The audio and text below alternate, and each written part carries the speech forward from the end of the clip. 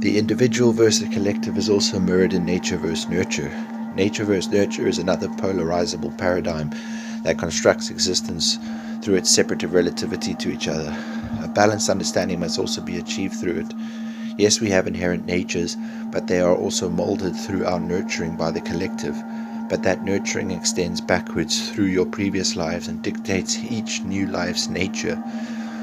What do you say then is the source or starting point?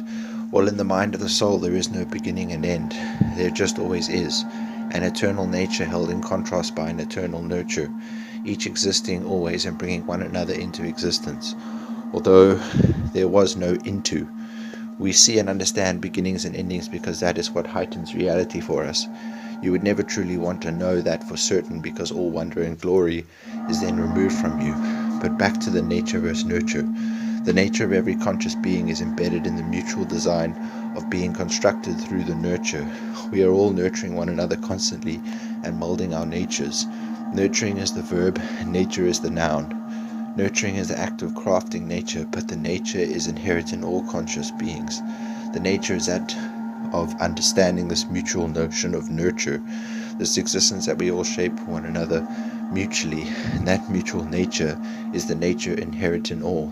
This is mostly shrouded from us due to the construct, but we are reminded of it by prophets, which whole religions are formulated around to stimulate our understanding of it. All we can hope to do is put it to practice, which is a perpetual and difficult task.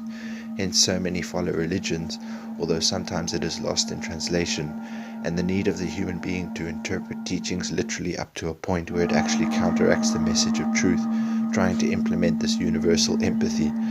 If people understood that the only truth guiding us all to live fulfilling lives that we can be proud of after death is the mutual respect garnered from realizing that we are constructing and nurturing one another mutually, and it can be found and understood through any teachings and is not exclusive to theirs or their profit, then that inherent nature in all would blossom into a society that truly nurtures all who construct it. If this was done, and we saw past the physical labels we use to differentiate one another only due to the necessity of the construct, we would remove the lower self mentality that floods the world today. A great teaching is love one another as you would love yourself, but the inverse is just as true. Love yourself as you would another. That is the mutual relative reflection of objective reality that constructs every single being. The heart of it is love, and the transcendent notion of that is understanding, which leads to respect. That respect is to allow everyone to be how they wish to be, whether they wish to be bad or good to you. It all boils down to allowing everyone to be free to treat others as they wish, within the constraints of no physical or mental abuse to another. Everyone is on different relative levels of understanding, and the only way we can grow is allowing people the freedom to act out their level.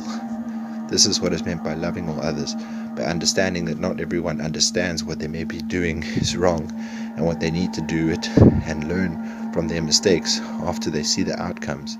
If you truly love someone, you will give them the freedom to fail, because you will realize that any intervention will go unheard until that person teaches themselves. And what some may have the goal of learning on the transcendent nature that only their soul knows may involve physical lives shrouded in suffering, or being the bad person or the good person. So loving everyone means a deep understanding of allowing everyone to be who they choose to be, regardless if that is good or bad.